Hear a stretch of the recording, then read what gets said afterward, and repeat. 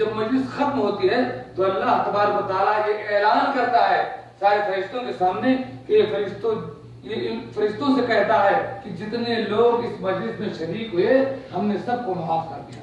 حتیٰ کہ فرشتہ کہتا ہے اللہ اس میں ایک آدمی ایسا تھا جس کی نیت شامل ہونے کی نہیں تھی, بس ایسے ہی آ گیا اور بیٹھ گیا, تو اللہ تعالیٰ کہتا ہے کہ ہم اسے بھی محروم نہیں کرتے جو اچھے لوگوں کی صحبت میں بیٹھتا ہے. تو میرے بھائی اور دوستو, جو ہے آپ کے سامنے یہ مجلس رچائی گئی ہے آپ کے اپنے فائدے کے لیے اور ہمارے اپنے فائدے کے لیے. ہماری ذمہ داری یہ ہے اور آپ تمام بھائیوں کی ذمہ داری ہے کہ دین کو سمجھیں اور دوسروں کو سمجھائیں.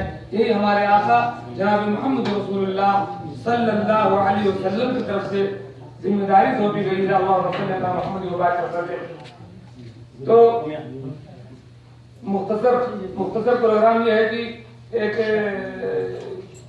آدھے گھنٹے کی تقریر ہوگی اور اس کے بعد جو ہے وہ پرچی میں سے کچھ نام نکال کر کے آپ لوگوں کو یہ انعامات تقسیم کر دیے جائیں گے اور اس سے زیادہ آپ کا وقت نہیں لیا جائے گا.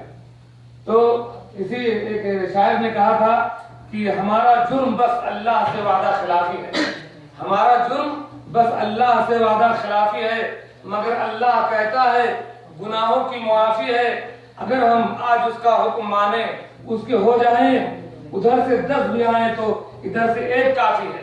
اور اسی لیے دل خیر آبادی نے ایک دل کو چھوتا ہوا بڑا اچھا شعر کہا تھا کہ سبھی دروازے ہوں گے بند تو یہ فیصلہ ہوگا, چلو توبہ کریں, توبہ کا دروازہ کھلا ہوگا. آج آپ کے سامنے توبہ اور استغفار کے موضوع پر مختصر سی گفتگو ہمارے برادر محترم شیخ ابو المرجان فیضی حفظ اللہ پیش کریں گے. آپ بھائیوں سے گزارش ہے کہ غور سے سنیں, اگر ہو سکتا ہے کسی ایک بھائی کو بھی اگر توبہ کی توفیق ہو گئی تو انشاءاللہ اس کے لیے جنت یقین ہے. اللہ تعالیٰ ہم تمام کو اس مجلس سے فائدہ اٹھانے کی توفیق دے. سلام اللہ نبی بعد اما بعد فاعوذ باللہ السمیع العلیم من الشیطان الرجیم بسم اللہ الرحمن الرحیم وتوبوا الى اللہ جميعا ایها المؤمنون لعلکم تفلحون. عزیز بھائیو اور دوستو,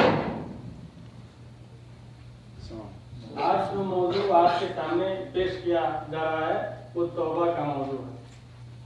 یہ بڑا اہم موضوع, اہم اس لیے کہ ہم سبھی کا اس موضوع سے کبھی نہ کبھی واسطہ پڑتا ہی پڑتا ہے.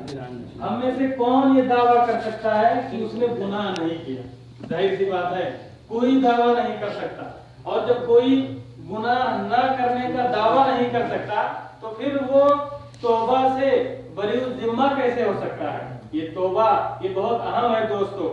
توبہ یہ اتنا اہم ہے کہ فقہا فرماتے ہیں کہ آپ جب بھی گناہ کرتے ہیں تو آپ کے اوپر یہ واجب ہو جاتا ہے کہ آپ اس گناہ سے توبہ کریں. ممکن ہے آپ 4 گناہ کر رہے ہیں, 5 گناہ کر رہے ہیں, تمام گناہوں سے توبہ واجب ہے, لیکن اگر ایک ہی سے توبہ کر رہے ہیں تب بھی جائز ہوگا, اور باقی سے بھی آپ توبہ کریں یہ بھی آپ پہ واجب ہے.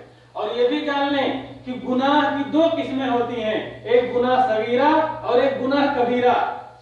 گناہ صغیرہ یہ نیکیاں کرنے سے اللہ تعالیٰ معاف کر دیتا ہے.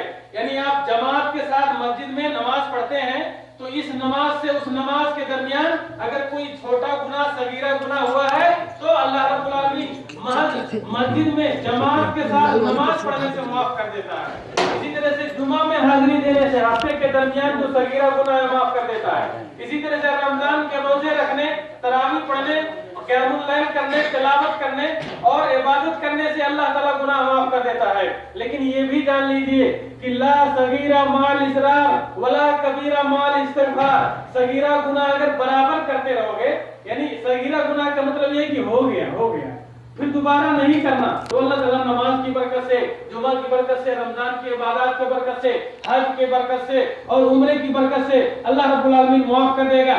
لیکن اگر وہ برابر کر رہے ہو تو برابر کرنے کی وجہ سے اللہ رب العالمین اس صغیرہ اور چھوٹے گناہ کو کبیرہ بنا دے گا.